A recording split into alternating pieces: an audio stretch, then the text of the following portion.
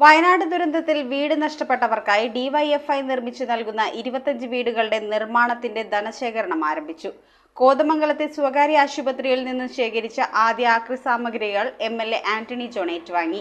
വയനാട് ദുരന്തത്തിൽ വീട് നഷ്ടപ്പെട്ടവർക്ക് ഡിവൈഎഫ്ഐ നിർമ്മിച്ചു നൽകുന്ന 25 വീടുകളുടെ ധനശേഖരണാർത്ഥം ഡിവൈഎഫ്ഐ കോതമംഗലം ബ്ലോക്ക് കമ്മിറ്റിയിൽ ആക്രി ചലഞ്ചിന് തുടക്കം കുറിച്ചു. കോതമംഗലം ബസേലിയോസ് മെഡിക്കൽ മിഷൻ ഹോസ്പിറ്റലിൽ നിന്നും പഴയ പേപ്പറുകൾ, കാർട്ടണുകൾ, ഇലക്ട്രിക് ആക്രികൾ, മറ്റ് സാമഗ്രികൾ എന്നിവ ഡിവൈഎഫ്ഐക്ക് കൈമാറി. കോതമംഗലം മാർ മെഡിക്കൽ മിഷൻ ഹോസ്പിറ്റലിൽ നടന്ന ചടങ്ങിൽ Mar Baselios medical mission association secretary Binoy Thomas മണ്ണഞ്ചേരിയിൽ നിന്നും കോതമംഗലം എംഎൽഎ ആന്റണി ജോൺ സാധനങ്ങൾ ഏറ്റുവാങ്ങി. ശരീരഭാഗങ്ങൾ പുഴയിലൂടെ കിലോമീറ്ററുകളോളം ഒഴുകി നടക്കുകയാണ്.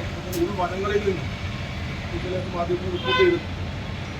നാട്ടിലും അല്ലെങ്കിൽ അത്തരത്തിലും കെട്ടി ശരീരഭാഗങ്ങൾ പുറത്തേക്ക് കൊണ്ടുവരുന്ന സാഹചര്യമാണ്. Municipal standing committee chairman K A. Naushad, M B M M vice president Babu Mathew കൈപ്പിള്ളിയിൽ, ട്രഷറർ ഡോക്ടർ റോയ് ജോർജ് മാലിയിൽ, hospital administrator doctor Thomas Abraham, DYFI സംസ്ഥാന കമ്മിറ്റി അംഗം കെ.പി. ജയകുമാർ, ഡിവൈഎഫ്ഐ ജില്ലാ സെക്രട്ടേറിയറ്റ് അംഗം Shijo Abraham, block secretary Jiyo Pius, block president K N. Sreejith, block vice president Eldhose Paul, joint secretary T A. Shahin, മേഖലാ സെക്രട്ടറിമാരായ K N. Amal, K J. Chandrapal, Ranjith C T, Jojish Joshy എന്നിവർ പങ്കെടുത്തു. മഹനീയമായ പരിപാടി ആ നിലയിൽ ഡിവൈഎഫ്ഐ പ്രവർത്തകരുടെ അധ്വാനം, അതോടൊപ്പം ആർത്തി സാധനങ്ങൾ, മറ്റ് ഇടപെടലുകൾ അതിലൂടെയെല്ലാം സമാഹരിക്കുന്ന പണം കൊണ്ടാണ് ഇത് ഭവനങ്ങളുടെ നിർമ്മാണം പൂർത്തിയാക്കാൻ ആരംഭിച്ചിട്ടുള്ളത്. News bureau, Kothamangalam.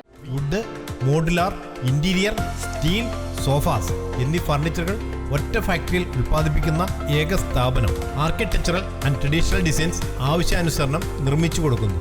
നിങ്ങളുടെ സ്വപ്ന ഭവനം ഒരു സ്റ്റേറ്റ് ഓഫ് ആർട്ടാക്കുവാൻ വിശ്വസ്തയോടെ എന്നും നിങ്ങളോടൊപ്പം.